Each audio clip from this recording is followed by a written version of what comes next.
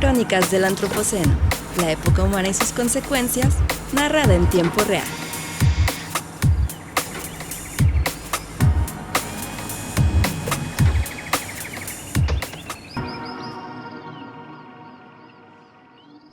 Hola, bienvenidos a Crónicas del Antropoceno. Yo soy tu anfitrión Víctor González Quintanilla. Me acompañan esta semana Marcos Vinagrillo. Hola, buenos días. Y Álvaro Sánchez. Gracias por acompañarnos, Álvaro, para que nos ayudes a contestar esta pregunta.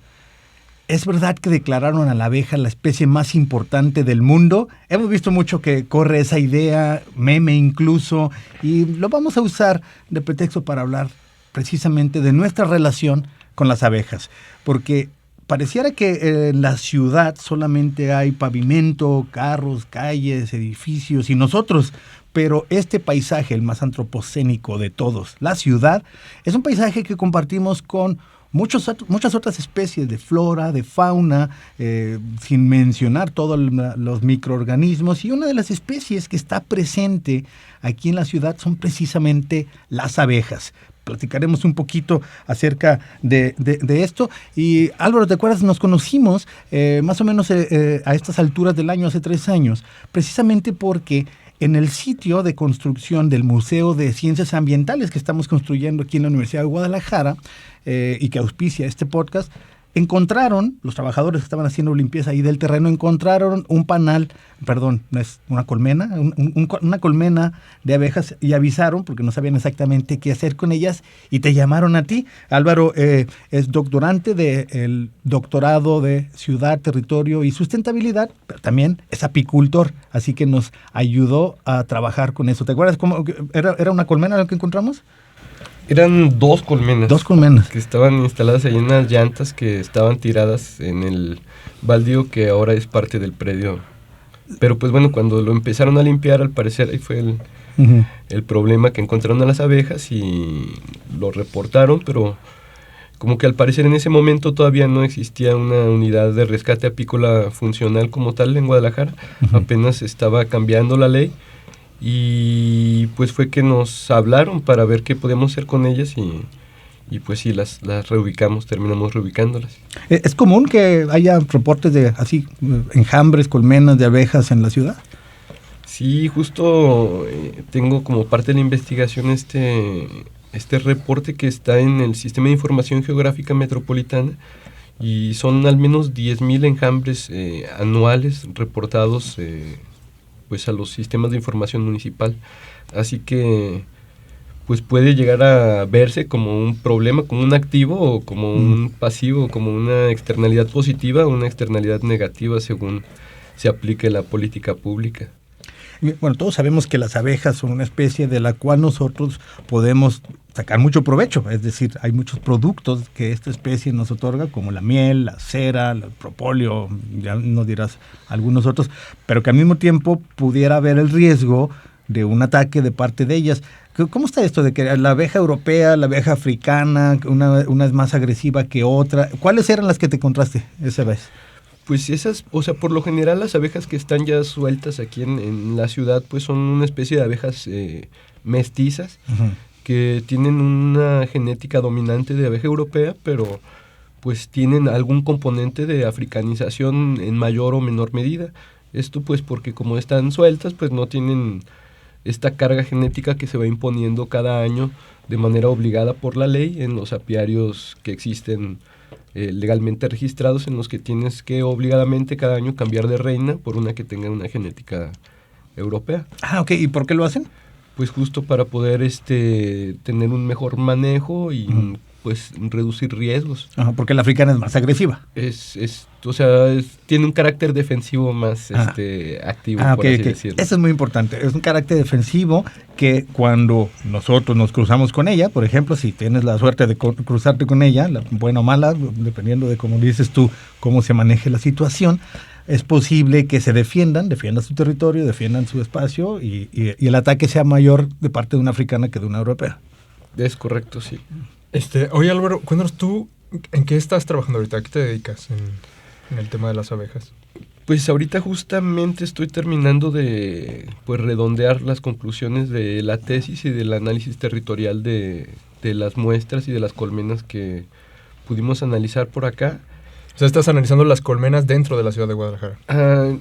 Estoy analizando tanto la regulación como algunas muestras de miel de colmenas que se encontraron, como las del Museo de Ciencias Ambientales, o otra que se encontró en la Torre 1500 aquí en López Mateos y Américas.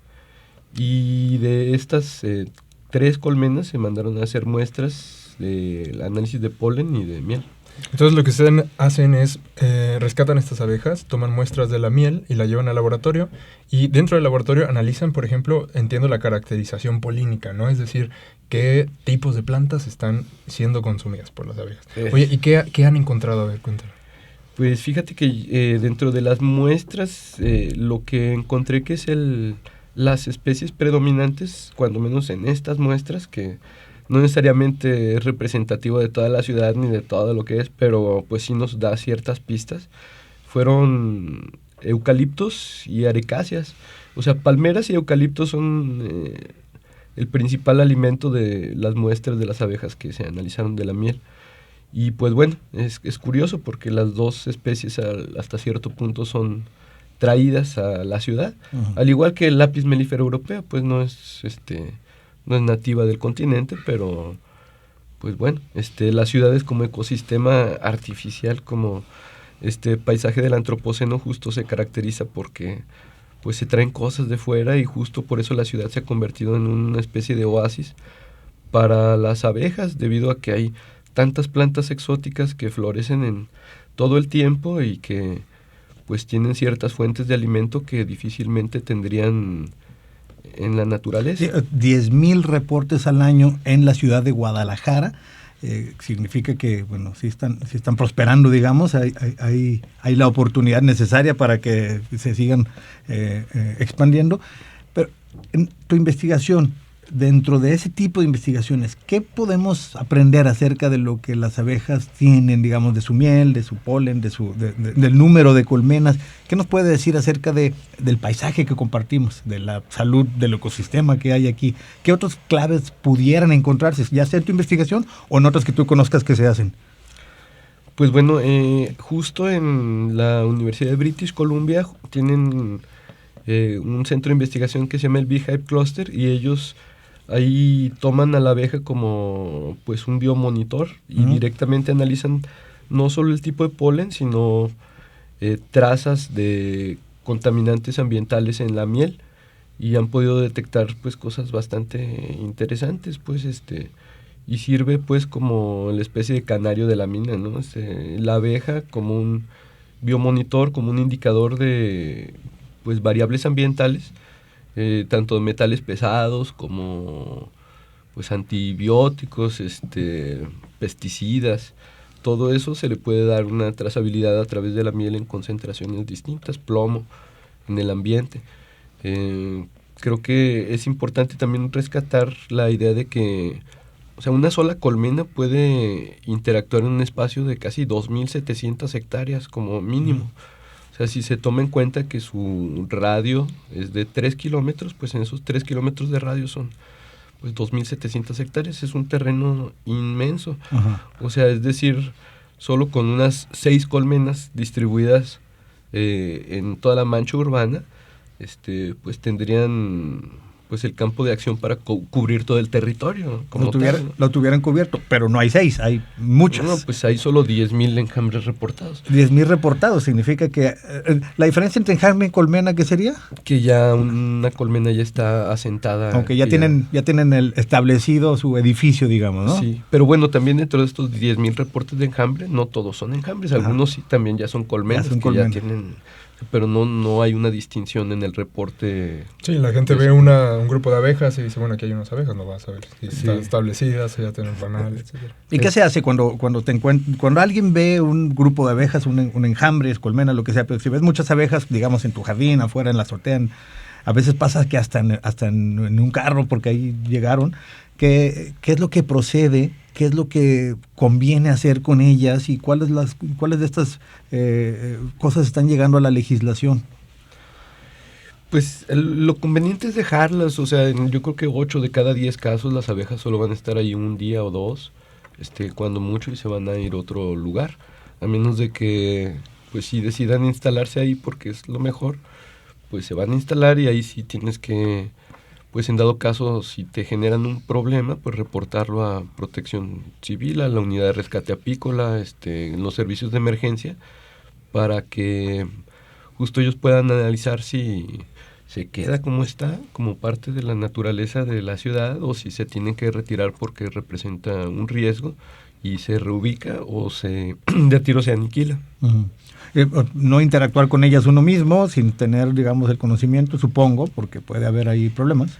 Sí, hay que intentar, no, o sea, si no tienes equipo ni conocimiento, pues la verdad es que mejor hablarle a la unidad de manejo, pero si hay 10,000 reportes al año en la ciudad, ¿hay capacidad de parte de la unidad de los sistemas municipales para atender tantos? ¿O cómo ves? Tú también, por ejemplo, cuando te llamamos a ti, tú ibas, digamos, como un asesor privado, bueno, conocido de parte del museo, pero ¿alcanzan los servicios municipales en esta ciudad a atenderlos todos? No, pues creo que hacen su mayor esfuerzo. Sí, supongo que son demasiados. Pero es una cuestión que se debe de afrontar de manera compartida con la sociedad civil.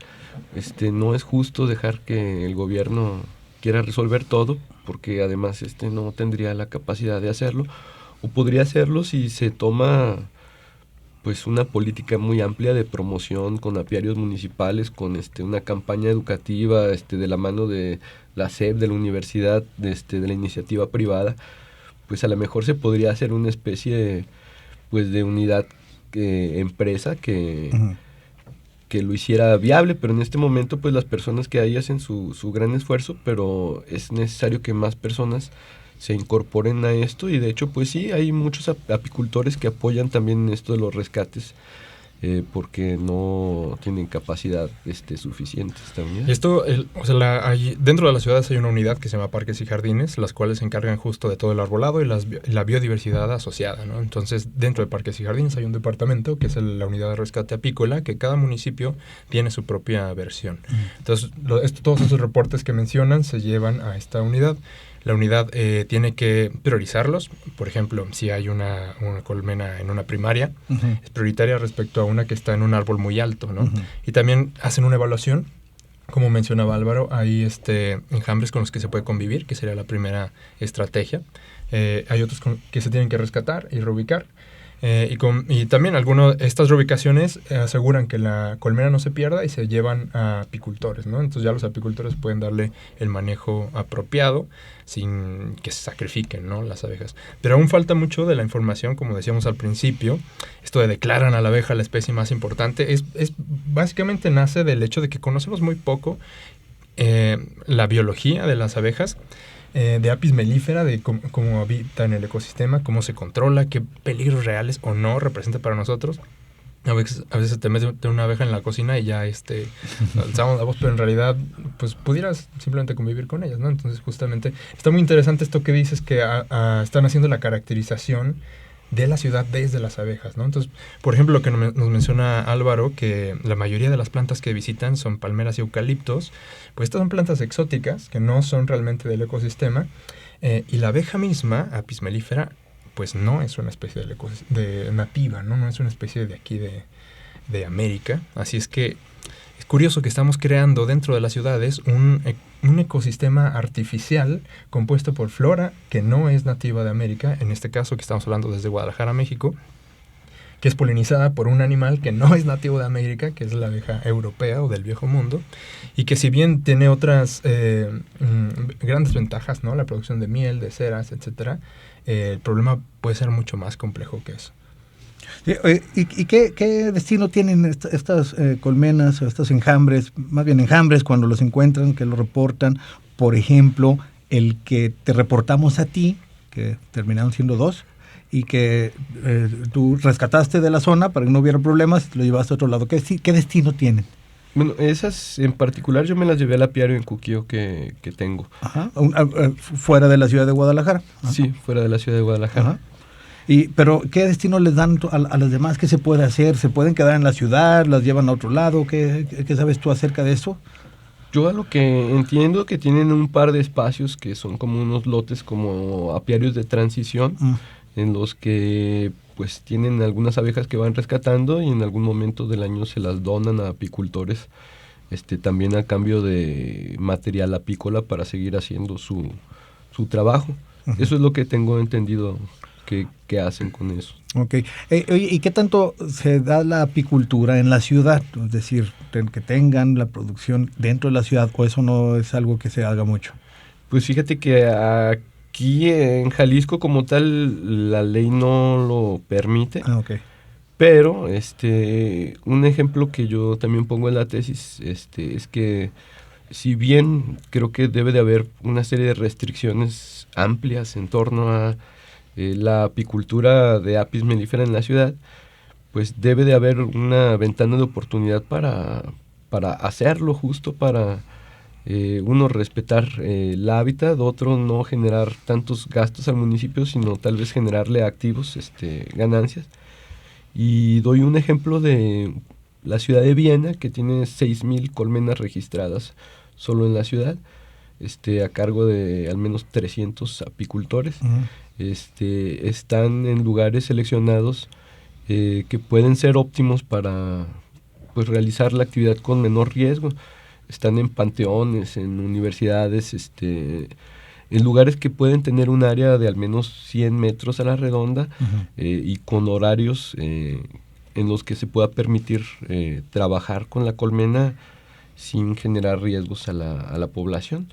Así que, y pues bueno, se tiene tal vez también que pagar algún registro por tener tu colmena, y pues te estás encargando de que, pues en vez de que se encuentre una colmena en una llanta por ahí o en un semáforo, que chocan y luego hace picadero, como sucedió aquí en Guadalajara hace un par de años y fue, pues hizo un picadero de servicios de emergencia, pues esas colmenas, estarlas pues manejando y teniendo en espacios ideales.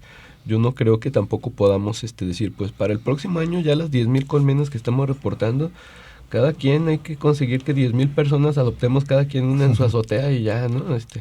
Por supuesto que no, o sea, para hacer un trabajo con abejas, pues no es algo sencillo, tienes que capacitarte. Creo que sería importante a lo mejor comenzar de a poco con pues algunas capacitaciones a personas que puedan o quieran vincularse a la apicultura urbana, y seleccionar con el municipio algunos espacios que puedan ser óptimos para desarrollar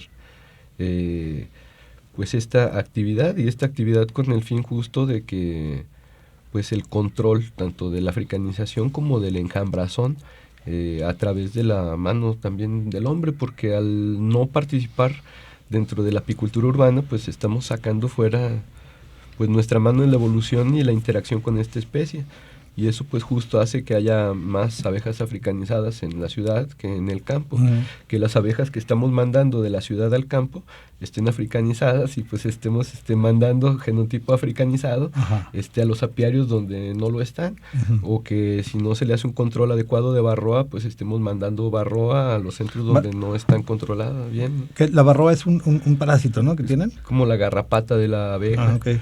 Y, por ejemplo, si en Inglaterra ha habido varios estudios de eso, que ha aumentado el índice de varroa en apiarios fuera de la ciudad, justo por la interacción con abejas de la ciudad, porque la gente que tiene abejas en la ciudad no les quiere dar tratamiento para la varroa.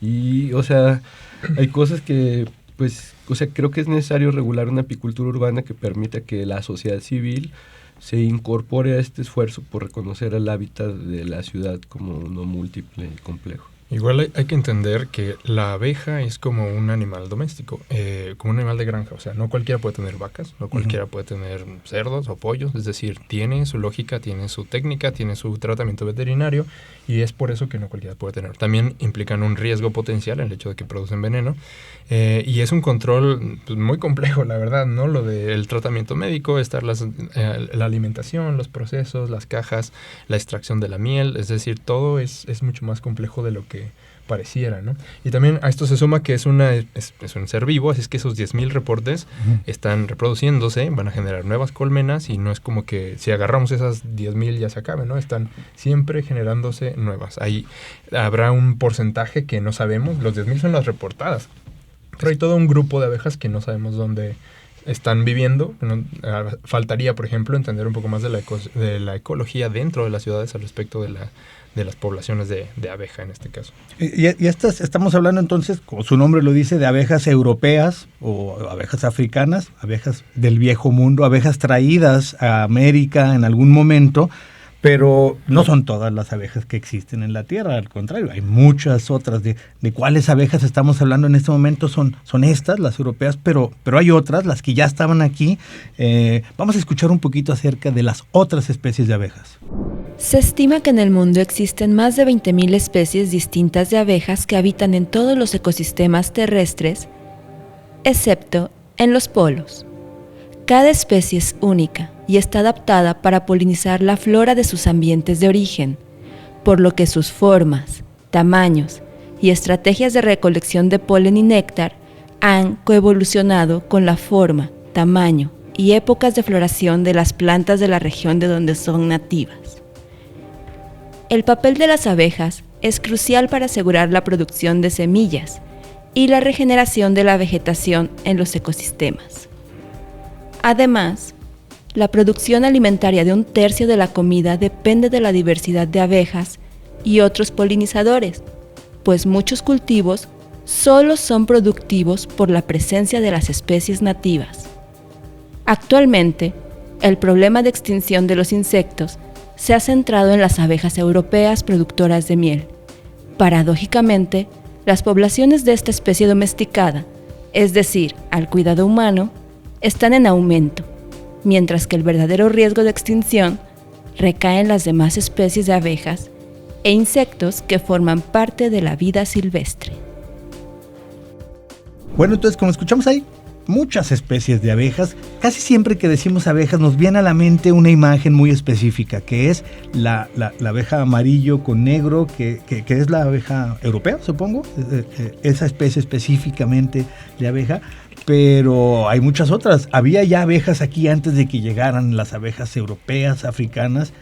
Y como decías que estas europeas, africanas, están alimentándose de plantas que, como Marcos bien indica, son plantas que también son de fuera.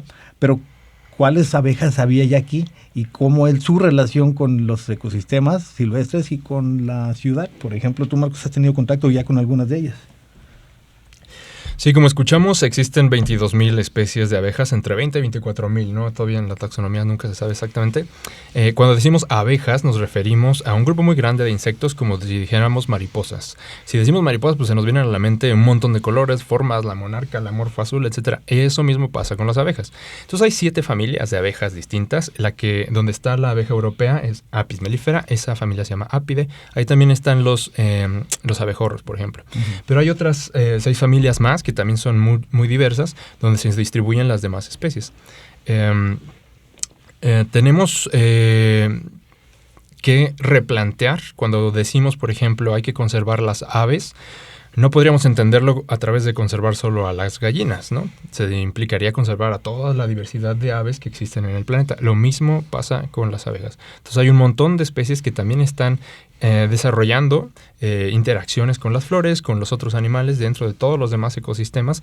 Y como dijimos, la abeja europea Apis mellifera esta surgió, digamos, en el planeta, en lo que conocemos como el viejo mundo. Hay también varias razas, hay africanas, hay europeas, hay asiáticas, pero hay un montón de abejas, les decíamos alrededor de 22.000 en el resto del mundo, en todos los excepto en la Antártida y en el Polo Norte. Bueno, ¿qué pasa aquí? Esas otras abejas también están generando el servicio de polinización, y no solamente de los alimentos, sino también de los ecosistemas. Todas las flores que habitan en las selvas, los desiertos, los bosques, tienen que ser polinizadas, no solo por las abejas, también las mariposas, las aves, las lagartijas, hasta los monos participan en algunas plantas, pero las abejas son, en los estudios que se hacen sobre qué animal, digamos, tiene el mejor rango de polinización, están las abejas. Y ahora, si analizamos ya a nivel individual, comparamos las especies, La abeja europea resulta que es especialista en colectar el polen, pero no en distribuirlo. Tiene en las patas posteriores unas estructuras donde guarda el polen. De hecho, a veces las vemos como con dos puntitos, que están sus llenas de sacos polen. políneos, Ujú. que es lo que llevan al panal. Pero las demás abejas, por ejemplo, las abejas de la familia Megachiridae están todas cubiertas de pelo, y en ese pelo, que genera un montón de estática, se pega todo el resto del polen. Son mejores polinizando, es decir, algunas especies, por ejemplo, pueden polinizar 5 veces mejor un árbol de manzana. Ujú. El caso en particular de Osmia cornuta es una especie de abeja nativa, digamos, de esa parte donde crecen los manzanos. Evolucionaron con el manzano, por así decirlo. Ajá. Por lo tanto, están adaptadas y son especialistas en generar una mejor rango de polinización. Si utilizáramos a Osmia cornuta en lugar de Apis mellifera para polinizar manzanas, necesitaríamos menos, no nos arriesgamos al veneno, ayudamos al ecosistema. ¿No tienen veneno esas? No tienen veneno. No todas las abejas tienen veneno. Ajá. Entre ellas, por ejemplo, Osmia me parece que no tiene veneno. Y justamente se necesitan 5 abejas de Apis para hacer el trabajo de una osmia, y la osmia además genera frutos de mayor tamaño, porque mientras más polen recibe una flor, más semillas produce, y mientras más semillas, el fruto tiene que ser más grande, porque Ajá. tiene que cubrir esa tasa de crecimiento de las semillas. Hay otros casos, por ejemplo, las flores de las calabazas abren tan temprano que las abejas mieleras todavía no están despiertas. Así es que rara vez vamos a ver que una abeja mielera o del viejo mundo polinice una flor de la calabaza. Entonces es otra abeja, el género Peponapis en particular aquí en América, el que se encarga de meterse a las flores de la calabaza y polinizarla. La flor de la calabaza, si la han comido, si la han visto, es una flor muy, muy delicada, parece como de papel. Ajá. Por eso no puede estar al sol directo, solo Ah. abre cuando todavía no está el sol en su máximo, y las abejas europeas ni siquiera la ven. Entonces, Ajá. por eso es que, imagínense si se acabaran estas otro género como Peponapis, pues no podríamos tener calabazas. En efecto, las abejas en su totalidad, no solo Apis mellifera, ayudan a polinizar 1 de cada 3 alimentos que consumes, Ujú. particularmente las frutas. Y algunas especies, algunos frutos, algunos comerciales, no pueden ser polinizados por las abejas por sus propios sistemas, como decía lo de la calabaza. También está el blueberry. El blueberry, por ejemplo, requiere una polinización por zumbido, que es algo que hacen los abejorros. Ajá. Llegan a la flor y se mueven mucho, hacen como un zumbido. Eso hace que las estructuras donde está guardado el polen en la flor se liberen y entonces ya salga el polen. Esto no lo saben hacer las abejas europeas, y por eso no se pueden polinizar tan bien, al menos tan efectivamente, los blueberries, por ejemplo, el arándano, etcétera, con la abeja europea. Y así podría decirles un montón de especies que ayudan tanto en la producción de los alimentos como en la reproducción de las flores, frutos de los ecosistemas. El asunto es que no todas las abejas viven en colmenas o en panales.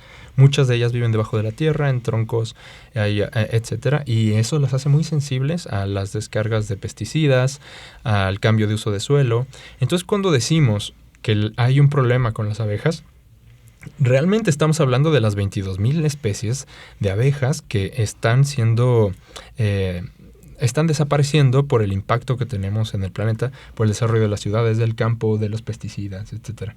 Las abejas europeas, de hecho, corrígeme Álvaro si estoy mal, tuvieron un colapso en los años 60, 70, justo por la varroa y otras enfermedades que se dispersaban de las ciudades al campo. Pero estas cifras han mejorado. Es decir, estamos hablando de un animal que tiene tratamiento veterinario, seguimiento, es una industria, y que sus poblaciones no están en peligro de extinción. Sería como decir que la gallina o la vaca están en peligro de extinción. Al contrario, es una de las marcas del antropoceno, la gran cantidad de pollos que hay, que después pudieran encontrar demasiados fósiles de ese pájaro. Algo parecido, supongo, que con la abeja europea. Las cuidamos nosotros los sapiens, Sí. así que hay muchas, y estamos tratando de revertir este problema, pero ¿y las silvestres no tienen esa atención? No, pero curiosamente, no sé, mira, cuando pasó el tema de este boom de hay que cuidar a las abejas son importantes, se dio justamente, como decía, por el síndrome de colapso de la colmena, que es un cruce de varias enfermedades por el crecimiento de las ciudades, el pasar una colmena de países a otros y dispersar un montón de problemas, la africanización, etcétera, ¿no? Esto llamó la atención a qué eran las abejas. ¿Qué papel tenían los insectos en el planeta en una era en la que solo pensábamos en jaguares quizá? Y de repente nos volteamos a ver que los insectos también tienen una relación en el sistema. y cómo deberíamos estarlos conservando. Si bien la abeja europea no está en peligro de extinción y están mejorándose sus poblaciones y es cuidada por los humanos, se convirtió en la bandera para voltear a ver a toda la entomofauna, todos los insectos, todos los invertebrados que también son parte del ecosistema. Ahorita estamos hablando de las abejas, pero los escarabajos, las moscas, las mariposas y otros muchos grupos de insectos también hacen la dispersión y la polinización. Y la polinización no es el único fenómeno que se necesita, que ocurre en los ecosistemas para que estos estén sanos. Una vez que se producen los frutos y las semillas, alguien tiene que dispersarlos, ¿no? Por ejemplo, las aves. Alguien tiene que abonar el suelo como lo hacen las hormigas o los escarabajos peloteros. Alguien tiene que generar las cavidades, transformar la madera en materia orgánica como hacen los hongos, etc. Es decir, no podemos pensar que hay una especie más importante porque el sistema no funciona así. Sería como decir que el cerebro es más importante que el corazón. El sistema completo en la naturaleza es a partir del trabajo en equipo de sus partes y no de uno solo. Sí, pues esa pregunta entonces más bien, esa supuesta noticia de declaran a las abejas la especie más importante del planeta, es una noticia falsa porque no hay no hay un organismo internacional que declare para empezar, ¿quién tendría la autoridad de decir? Se reúnen cada año para decidir ahora quién es más importante que otro. Entonces, pero esto se da mucho, ¿no? Corre mucho. En ocasiones es una noticia falsa que sirve para algo, sirve para crear atención sobre algún tema, pero es importante que lo veamos como que no hay una sola especie que sea para los ecosistemas en su conjunto más importante que las demás, porque de todos modos las demás tienen, ya mencionaste, gran parte del proceso, y los desintegradores también, si no estuvieran, no se regeneraría toda la materia orgánica. Yo pienso que eso tiene que ver justo con el asunto de que los humanos buscamos que haya como una competencia, siempre queremos ser así nos gusta, ¿no? El más evolucionado. ¿Quién ganó el récord, el primer lugar? Sí, estamos como en una especie de competencia constante con la naturaleza para ponernos adelante, y en ese proceso también ponemos a otros que nos caen bien, por así decirlo, adelante, ¿no? Ajá. Pero bueno, entonces, en la relación entre las abejas, la ciudad, nosotros, con la biodiversidad de este ecosistema antropocénico con el que compartimos, con toda la flora y fauna, ¿qué conclusiones podríamos tener para cerrar este tema, Álvaro, a partir de tu estudio, tu tesis que estás llevando a cabo, que vas a llevar a un cierre? ¿Qué podría decir con respecto a eso? Y tratando de abonar un poco a la pregunta de que si en verdad es la abeja la especie más importante del mundo. Bueno, yo considero que ciertamente las abejas son parte de esta sexta extinción masiva que estamos viviendo en el Antropoceno. O sea, no son extraordinarias frente a todo el resto de las especies que están afrontando pues dificultades para permanecer en este planeta, ¿no? Esto es debido justo pues a cambios de uso de suelo, a cambios en el hábitat más profundo de pues los diferentes espacios, ¿no? Las selvas convirtiéndose en algo más, los bosques, etcétera. Creo que el enfoque especista es el que está un poco errado, y más bien debiéramos empezar a pues pensar más en el hábitat y en la conservación, como en el Mar de Cortés, en el caso de la totoaba y la vaquita marina. Preservar todo el hábitat más que una especie, ¿no? Porque pues si quieres conservar la especie, a lo mejor la puedes conservar en un zoológico, pero pues ya no va a ser parte de lo que era y lo que aportaba en el ecosistema. Y pues todas las especies aportan de una u otra forma al ecosistema, y creo que ciertamente las abejas son pues bastante importantes por los servicios ecosistémicos que prestan, y justo estos servicios ecosistémicos pues brindan parte fundamental al engranaje para el funcionamiento de los hábitats, ¿no? Esto creo que pues es por lo que sí, hay una declaración sobre la abeja como el animal más importante en el mundo, del que platicábamos, y lo hizo la Royal Economic Society. Y es una declaración que creo que se hace en 2018 en función de preguntas que le hacen a los economistas parte de esta sociedad. Pero, o sea, no es una declaración vinculante en Naciones Unidas ni nada de eso. Es simplemente igual que si los agrónomos de la generación del 82 se juntaran a pues decir cuál es la raza de vacas más bonitas para su percepción y que decidan que pues es la Charolais, y lo declaran así, ¿no? Eso es algo así, o sea, un colegio de profesionales dando una declaración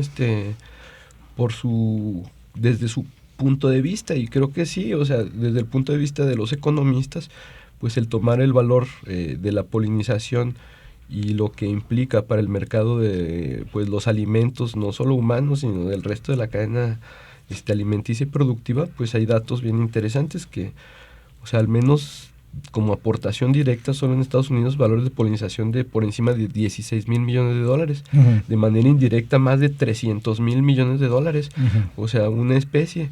Y bueno, y aquí sí es casi una especie porque es apis mellifera, pero ciertamente pues hay abejorros que son mucho más especializados para polinizar otras especies. Y aquí pues en la ciudad, en México, hay 46 especies endémicas de meliponas, ¿no? O sea, también sí hay muchas. Aquí yo en la ciudad he visto una abeja que parece como el avispón verde y es bien interesante. Es una eulosa y es así como verde metálica. Abejas del sudor les dicen también. ¿Del sudor? Ajá. Sí, de hecho a veces se acercan y lamen el sudor de las personas. ¡Órale! También abejas cortadoras de hojas, ¿no? Que parecen más o menos apis mellíferas, pero tienen las alitas más alargadas y pues cortan las hojitas y las hacen taquito y ahí viven. Pues ahí les pasamos una foto porque están bien kawaii esas. Están bien curiosas. O sea, y sí aportan pues cada abeja, ¿no? La polinización humana ya es un hecho, ya existe, ¿no? En la vainilla y en los dátiles es algo ya común en la industria y pues es tétrico pensar que se pueda extender eso a otras especies, ¿no? Hasta hay un episodio de Black Mirror, ¿no? Donde son drones, ¿no? Las abejas. Sí, abejas ya, son robóticas, ¿no? Ahora, también esta idea de que declaran la especie más importante, ¿para quién? Para nosotros, sin duda, las abejas son importantes. Estas específicamente, las que tienen una industria de 300 mil millones de dólares al año, ciertamente van a ser muy importantes para nosotros los humanos. También los pollos, que es una industria muy fuerte, que nos aportan muchísima proteína, también las vacas, también los cerdos, pero son muy unas poquitas especies que nosotros domesticamos y cultivamos para nuestro beneficio. Pero para el resto del mundo, para el resto de los paisajes, ecosistemas, para el resto de todo el sistema natural, pues no, nuestra clasificación quizá no sea tan importante, ¿no? ¿Qué dices tú, Marcos, como conclusión? Yo me sumo a la idea de que hay que pensar en el sistema y no en el individuo, que igual no se trata solo de nosotros y aún si se tratara solo de nosotros, dependemos de la existencia del sistema y de la relación con todo lo demás para que estemos bien. Así es que se necesitan nuevas políticas que en lugar de conservar especies, individuos, cosas puntuales, organismos puntuales, conserven ecosistemas. No es conservar el jaguar, sino la selva, no es conservar la abeja, sino el bosque. Hay que empezar a pensar de una manera más amplia, que nos ayude a entender la naturaleza en su totalidad. Sí, o sea, el jaguar se conserva solito, ¿no? Tú no tienes que ir a llevarle un bistec a un jaguar estando en una selva saludable, ¿no? Excelente, pues bueno, pues muchas gracias por acompañarnos, Álvaro. Fue muy interesante platicar acerca de tu trabajo que estás haciendo en el doctorado de Ciudad, Territorio y Sustentabilidad. En el Centro Universitario de Arte, Arquitectura y Diseño, ¿no? De la Universidad de Guadalajara. Y pues bueno, estaremos ahí muy atentos de cuando estés cerrando todas estas investigaciones porque nos parece interesante. Si nos aparece otra colmena por ahí en el terreno, te vamos a hablar sin duda. Con gusto. Bueno, pues muchas gracias Marcos, muchas gracias a ti que nos escuchas, que nos ves a través de las plataformas de podcast, de las redes de YouTube, y a través de las redes sociales puedes entrar en contacto con nosotros. Estamos abiertos a escuchar tus comentarios o sugerencias de temas que quieras que abordemos aquí en este podcast. Las referencias necesarias estarán referidas ahí en la descripción del capítulo, y si te gusta lo que hacemos, por favor, comparte, y te invitamos a que estés pendiente para la próxima de estas Crónicas del Antropoceno. Esto fue Crónicas del Antropoceno, una producción del Museo de Ciencias Ambientales de la Universidad de Guadalajara. Gracias por escuchar.